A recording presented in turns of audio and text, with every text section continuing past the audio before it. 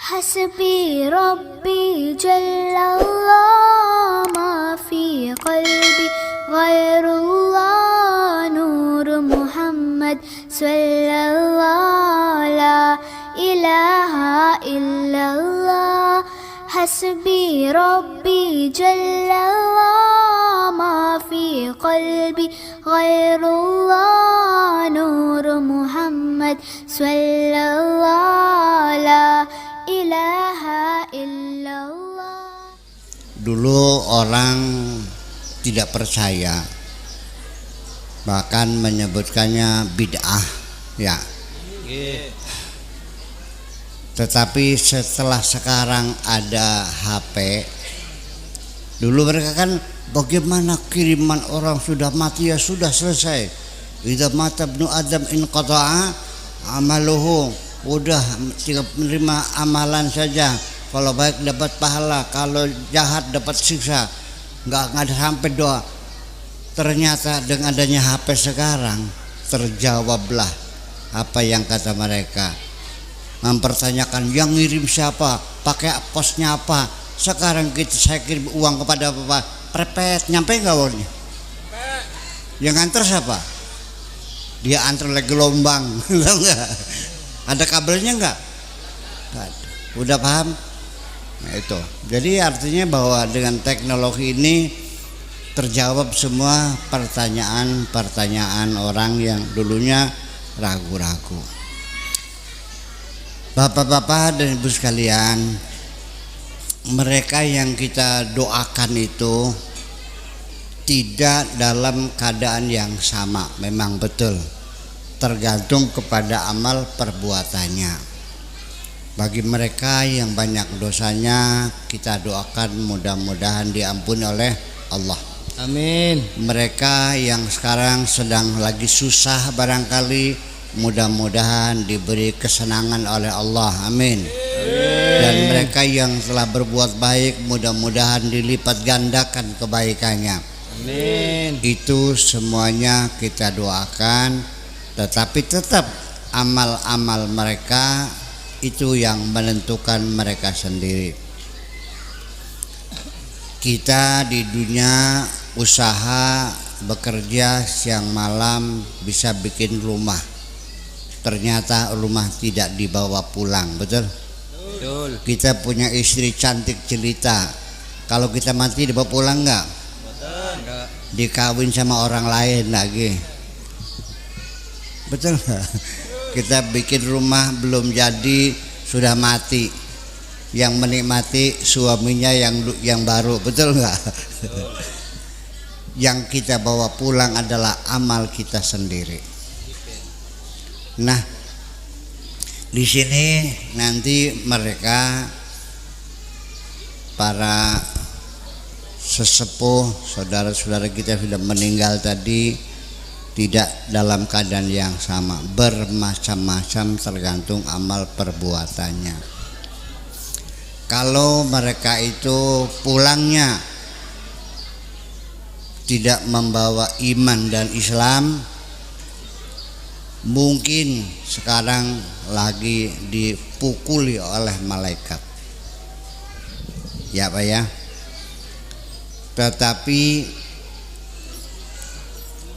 ada pula orang yang sekarang memang di sini sudah tidak ada, tapi di kuburannya juga sudah tidak ada. Kenapa? Karena mereka sudah langsung dibawa ke surga oleh Allah. Kenapa? Karena waktu mati tidak ada dosa-dosanya. Yang ada hanya iman, ada ihsan, ada amal-amal yang soleh, kejahatannya tidak ada. Hutang sudah lunas semua. Tidak pernah menyakiti hati orang, tidak pernah berbohong kepada orang, sholatnya nggak pernah tinggal, puasanya nggak pernah batal, ya kan begitu? Malaikat melihat mayat yang tidak ada dosanya ini, untuk apa? Nunggu dihisab sampai akhirat. masih lama. Ya sudah, ini pasti lulus. Kalau pasti lulus ya sudah, nggak usah nunggu, langsung silakan masuk surga. Nah, itu pendapat Ibnu Abbas, sahabat Nabi, yang mengatakan bahwa surga sekarang sudah berpenduduk, sudah ada isinya. Mudah-mudahan masyarakat kita yang sudah meninggal ada yang sudah di dalam surga. Amin. Amin. Kemudian yang ketiga adalah orang-orang yang meninggal amal-amal kebaikannya banyak, tapi dosa-dosanya juga banyak. Sholat berjamaahnya rajin, tapi bertengkarnya juga rajin. Hajinya 5 kali, tapi kalau tetangganya utang 10 juta kembalinya 15 juta. Namanya ren.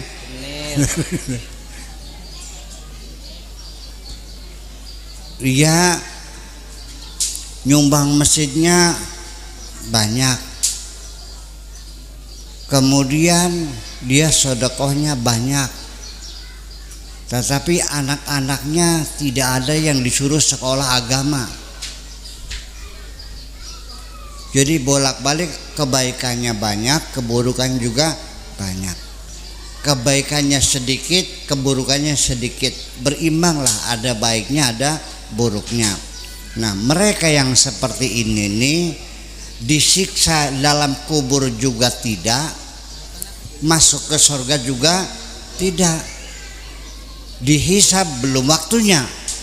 Sekarang belum waktunya hisab, nanti di akhir hisabnya. Jadi malaikat bertanya, ya Allah, ini manusia seperti ini diapakan? Kata Allah, pukul saja telinganya. Wa darabna ala adhanihim, dipukul telinganya, beleg, mereka tidur. Mereka tidur sejak mati sampai ratusan ribuan tahun kemudian. Nanti kalau sudah kiamat baru dibangunkan. Nah, ketika mereka dibangunkan, mereka akan terkejut dan akan mengatakan seperti ini, ya wailana man ba'atsana min marqadina hadza ma wa'adar rahmanu wa sadaqal mursalun. Ini kayaknya kita semua yang ada di sini ini kayak golongan ketiga yang ditidurkan ini. Kalau kita menjadi golongan ketiga, untung, Pak. Untung nggak? Untung. Ya, nggak disiksa juga untung, ditidurkan. Dan kita semua nanti akan mengatakan, ya wailana man ba'atsana min marqadina. Aduh, ini siapa yang membangunkan kami sedang enak-enaknya tidur ini? Lalu kata malaikatnya, hadza ma wa'adar rahman, ini yang dijanjikan oleh Allah, wa sadaqal mursalun, benar apa yang dijanjikan oleh para rasul.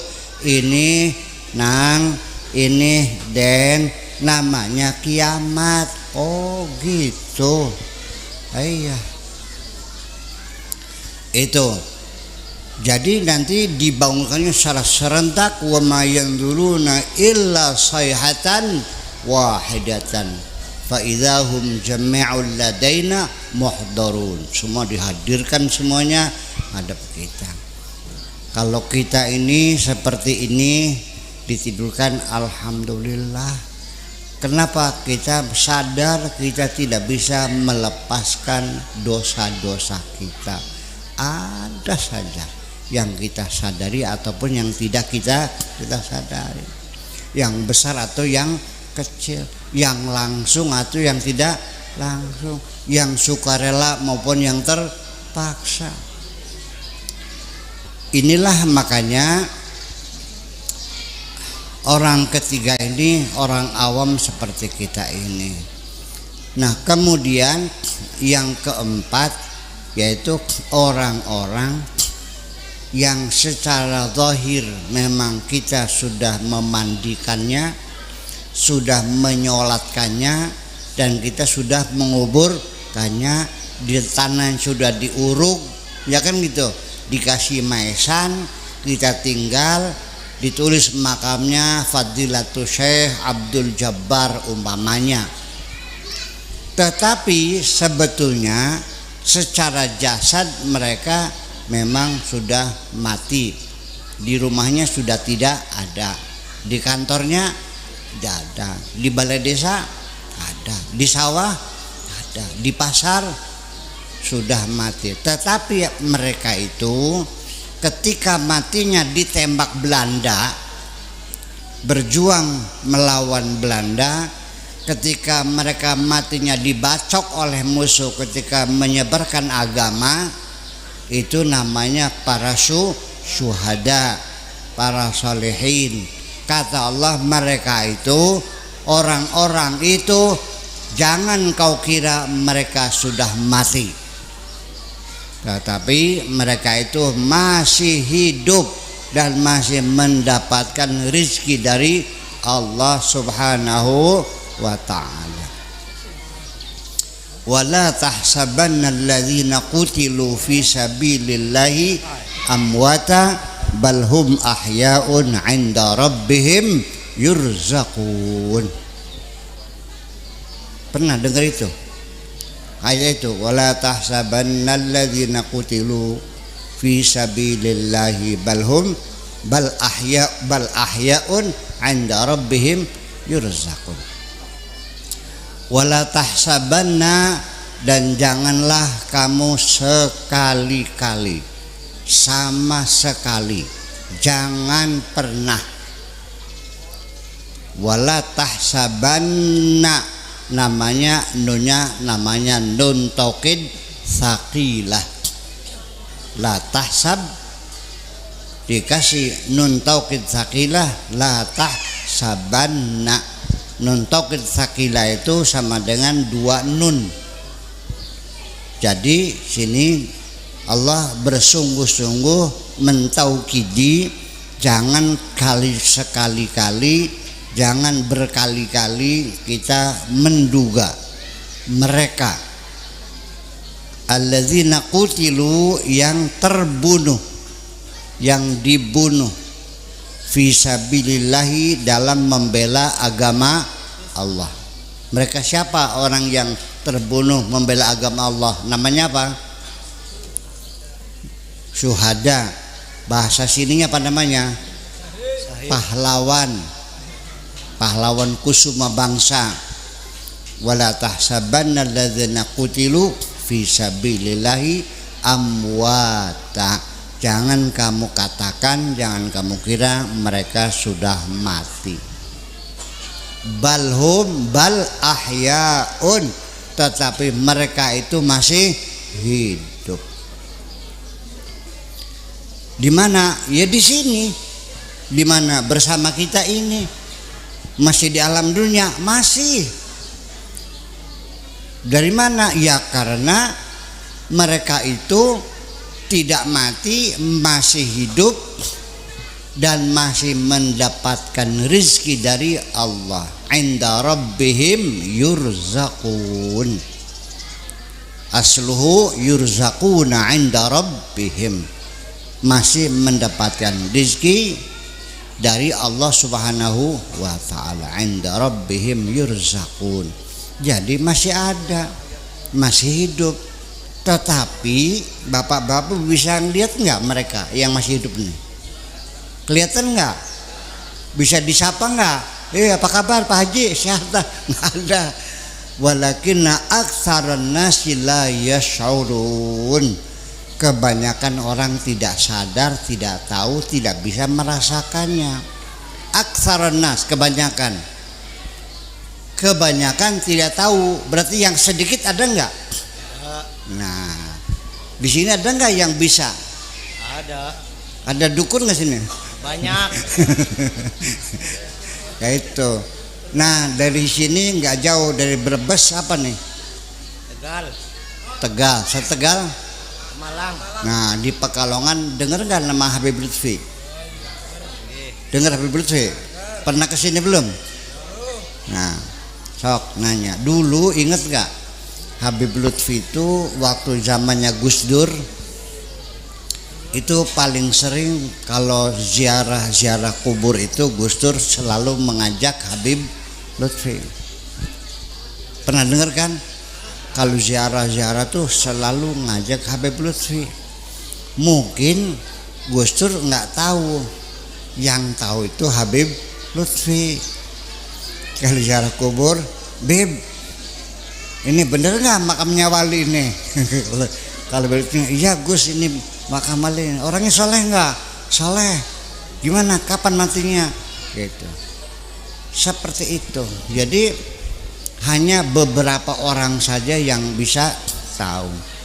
Saya tidak mendoakan di sini bisa tahu, nggak usah tahu lah, nggak enak. Masih enak nggak tahu. Kamu mungkin nggak bisa tidur. Kalau bisa nemuin mereka, mungkin nggak bisa tidur. Udah enak tidak tahu lah.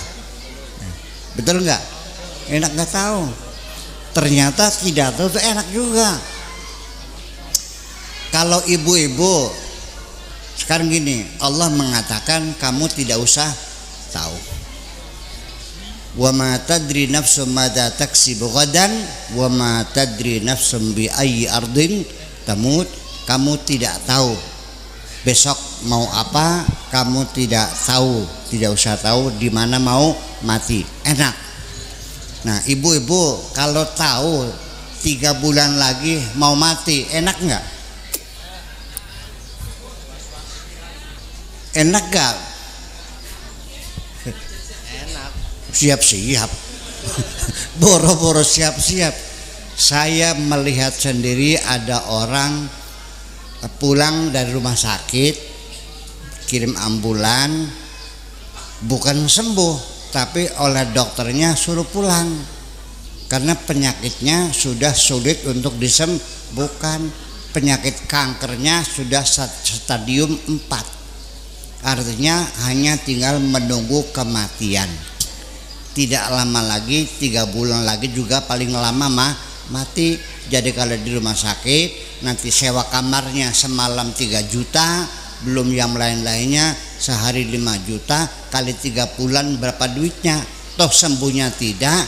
Jadi kata dokter, dah lebih baik pulang saja. Ada nggak di sini begitu? Apa? Ada. Lihat mukanya pucat, mukanya pucat nggak mukanya? Orang udah divonis mati, 3 bulan lagi mati, mukanya udah pucat. Rumahnya yang begitu bagus, orang yang tahu mati seneng nggak kalau rumah bagus? Melihat istri yang cantik ada kemesraan nggak?